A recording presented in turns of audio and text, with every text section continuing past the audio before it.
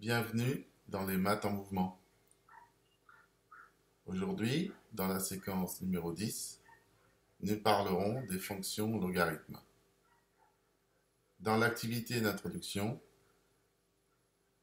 nous parlerons d'un indice qui s'appelle l'IDH.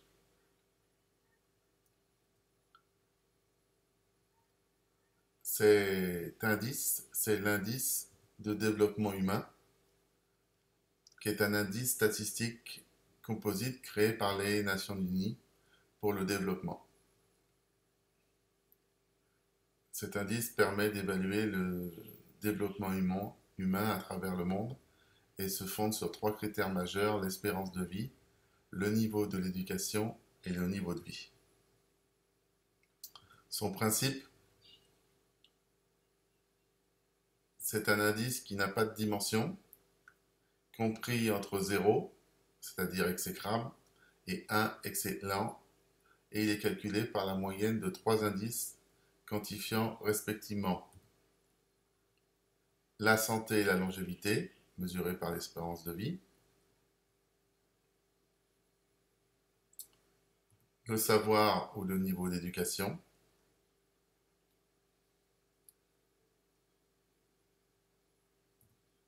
le niveau de vie, c'est-à-dire, nous verrons le logarithme du produit intérieur brut par habitant.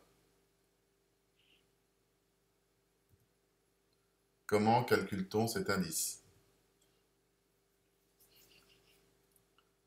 L'IDH se calcule de la façon suivante.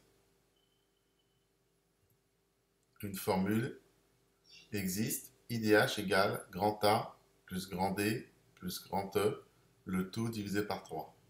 Nous allons voir maintenant ce que représentent grand A, grand D et grand E.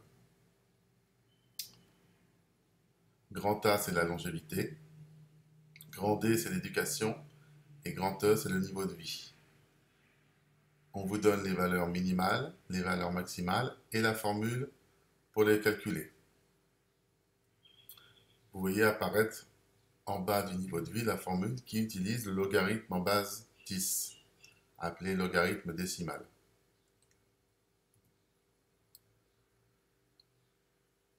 Nous allons voir un graphique qui montre l'évolution de cet indice entre les années 1975 et 2004.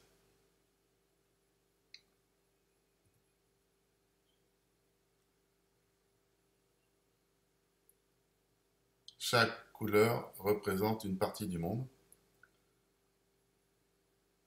Plus l'indice se rapproche de 1, plus le niveau de vie est élevé. Quand il reste proche de 0, c'est que le niveau de vie est exécrable.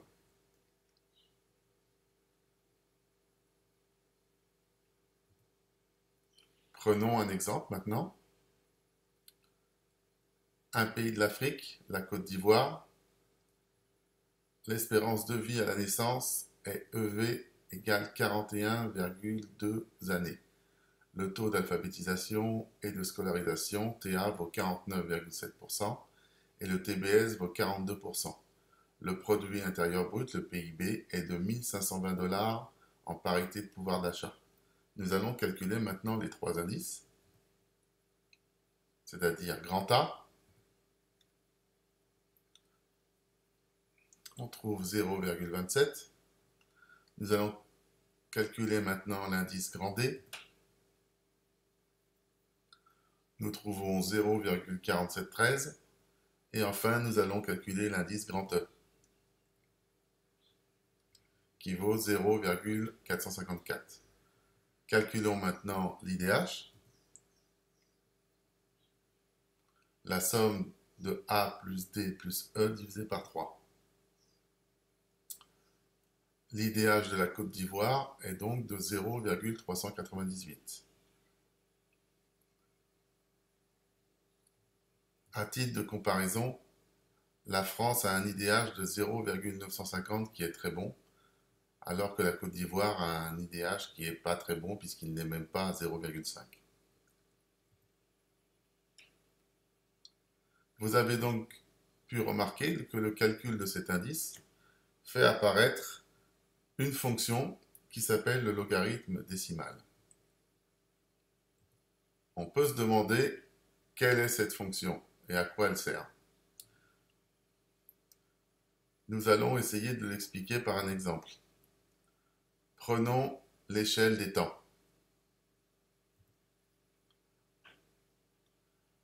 Il y a environ 15 milliards d'années, il y avait le Big Bang qui donnait naissance à l'univers. 10 milliards d'années plus tard, naîtait la Terre, le système solaire. 6 millions d'années apparaissaient les premiers hominidés, les australopithèques, etc., etc. Cette échelle de temps est donc très grande. Imaginons qu'on doive représenter cette échelle de temps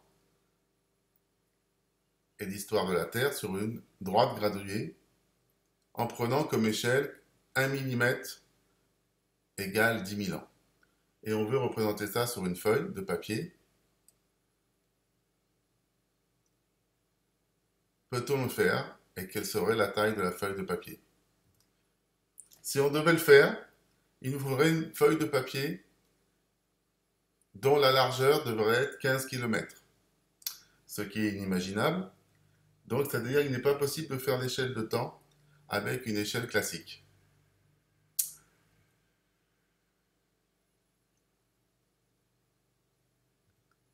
Il est donc impossible d'utiliser une graduation traditionnelle pour représenter l'échelle de temps. On va donc créer une nouvelle graduation pour inscrire les nombres tels que 10 000, 100 000, 1 million, 10 millions, etc. jusqu'à 10 milliards.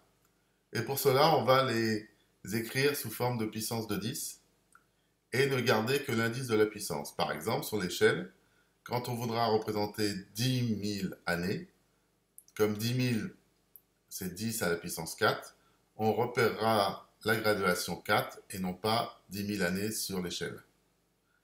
Pour 100 000, c'est pareil, on représentera la graduation de 5, etc., etc. En choisissant une unité graphique égale à 1,5 cm, on peut construire une droite graduée en remplaçant les points correspondant au nombre 0, 1, 10, 100, 1000, 10 000 jusqu'à plusieurs milliards, jusqu'à l'époque actuelle. Voyons voir cette échelle.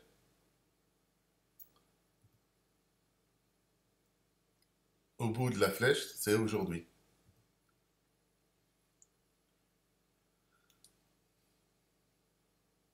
Un correspond à 0. 10 sera donc l'indice 1, puisque 10 c'est 10 à la puissance 1. 100 sera l'indice 2, puisque 100 c'est 10 à la puissance 2, etc. 1000, c'est l'indice 3.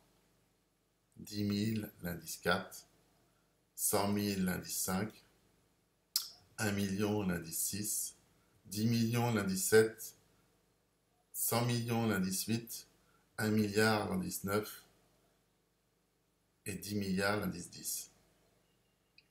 La graduation ainsi construite est une fonction qui, à chaque puissance de 10, fait correspondre en fait son exposant. L'échelle que nous venons de construire, c'est ça qu'on appelle l'échelle logarithmique. Cette fonction existe bien et on l'appelle le logarithme décimal et on le note log.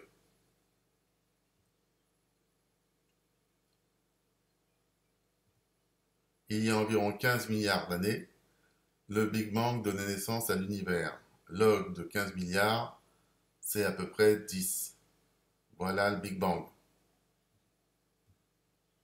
10 milliards d'années plus tard naissait la Terre et le système solaire. Log de 10 milliards, c'est à peu près 9. Voilà la naissance de la Terre. 6 millions d'années, les premiers hominidés.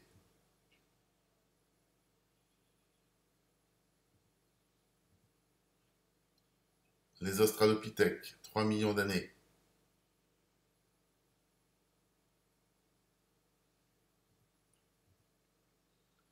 L'Homo habilis, il y a 2 millions d'années.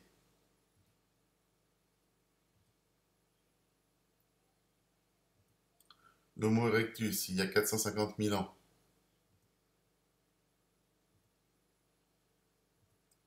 L'homme de Néandertal, il y a 35 000 ans.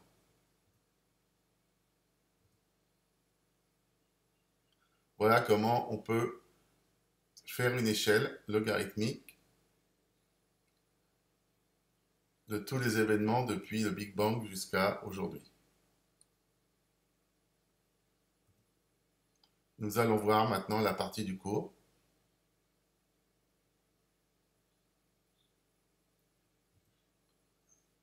Pour commencer, voyons voir une définition.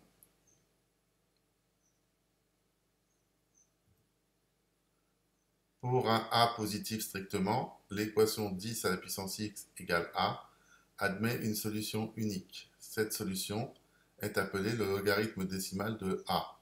On le note log de A. La fonction logarithmique décimale notée log est définie pour tout réel strictement positif par f de x égale log de x. Les propriétés algébriques de cette fonction: logarithme de a fois b est égal à logarithme de a plus logarithme de b. Logarithme de a sur b est égal à logarithme de a moins logarithme de b.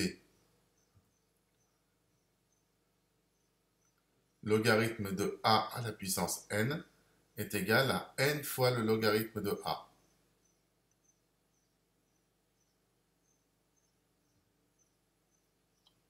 Voyons maintenant le tableau des variations de la fonction logarithme.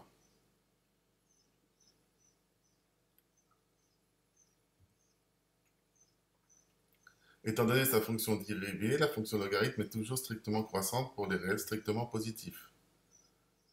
La fonction logarithme n'est pas définie pour 0. Vaut 0 quand x vaut 1 et est toujours positive. Sa représentation graphique est la suivante.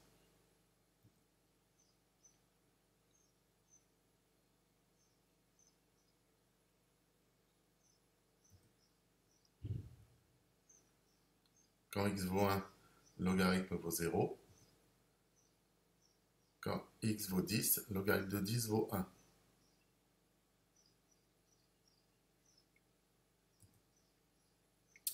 Voici les 5 questions dont vous devez m'envoyer les réponses à mon adresse email. Je vous remercie de m'avoir écouté. Je vous souhaite une bonne journée. À bientôt.